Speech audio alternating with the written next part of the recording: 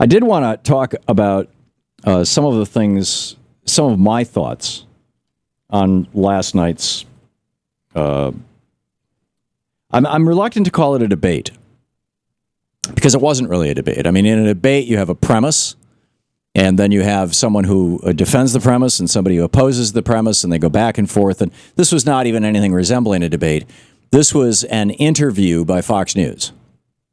Now, it was what seemed like a hostile interview, especially to Donald Trump in some cases, and sometimes it was a softball interview, but it was an interview.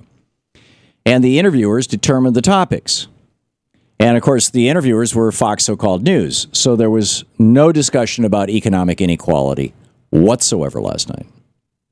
The greatest crisis facing us right now, climate change, the possibility of a rapid cascading series of tipping points being hit, producing out-of-control climate change, at least in those terms, was never discussed. John Kasich sort of came close to mentioning something about global warming, but it wasn't touched. Citizens United wasn't discussed. Or maybe it was in the form of Donald Trump saying, I can buy any politician I want. I bought half the people on this stage. Claiming that he had bought Hillary Clinton and therefore she had to come to his wedding.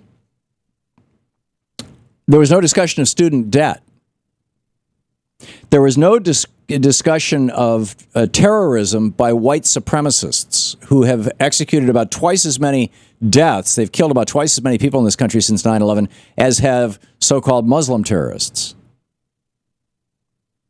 So the topic area was fairly narrow, and within that fairly narrow topic area, I thought one of the more bizarre comments of the night was Scott Walker saying that if a mother has a pregnancy that's gone wrong and she is dying, and this happens, it used to be a lot of women died in childbirth. It's just like, becoming pregnant was a life-threatening condition. It still is, but the odds are much greater that a woman will survive it. But basically, Megyn Kelly pressing Scott Walker on this, saying, are you sure? You would rather have the woman die than the child, than the unborn baby, than the fetus?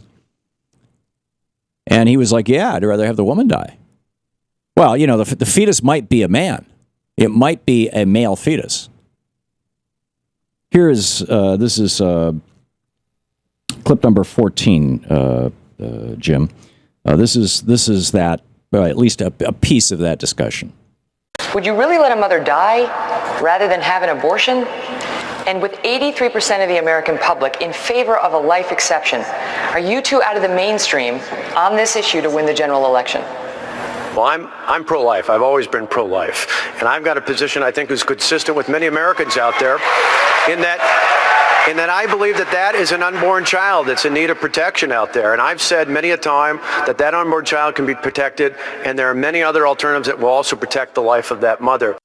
Right. He apparently has some magic medical knowledge that the rest of us don't know about. But this is very bizarre. I wanted to talk before we get in. We've got a whole bunch of clips here. In fact, Shane and Shane was up half the night putting these things together, and thank you for that, Shane and Danielle. And I think we've got enough to last for a week, which we may well use. And but I wanted to talk about a larger frame for a second, and that is, and this is a question that's like almost never mentioned, never discussed. But who's doing what and why? To whose benefit did last night's debate happen? And and I'm not talking about which of the candidates.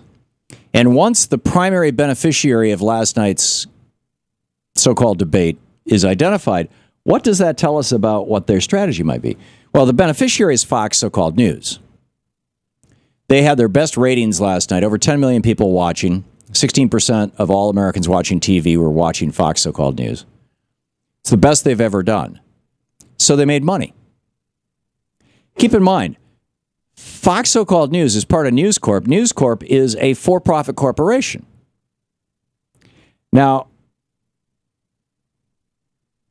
follow this logic. This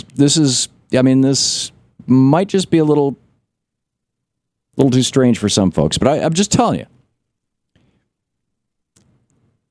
I've done this radio show when we've had a Republican president, George W. Bush, and when we've had a Democratic president, Barack Obama. And I can tell you that a progressive radio show's ratings go up when there's a Republican president and go down when there's a Democratic president. And, you know, it's not a huge swing, but it's there and it's noticeable. And the flip side of that is true. When Bill Clinton became president, Rush Limbaugh had just gone on the air. And it was the Bill, well, he'd been on the air for a couple of years, but he hadn't caught any kind of, Limbaugh went on the air in 87. Which, next to the last year of Reagan's presidency. But it really wasn't until 5 years later when Bill Clinton became president in 92 or 93 that Rush Limbaugh's show really, really took off. So from Fox News's point of view, how do they make the most money? They make the most money with a Democrat in the White House. Now, from NBC's point of view, they've got a perceived to be left-leaning channel in MSNBC. How do they maximize the profit of MSNBC? Have a Republican in the White House. Just chew on that for a minute and start noticing some of the programming decisions that are being made, both on Fox and on MSNBC, and more importantly, how they're treating the political candidates. Because by basically setting Donald Trump up to run for a third-party candidacy last night and being hostile toward him,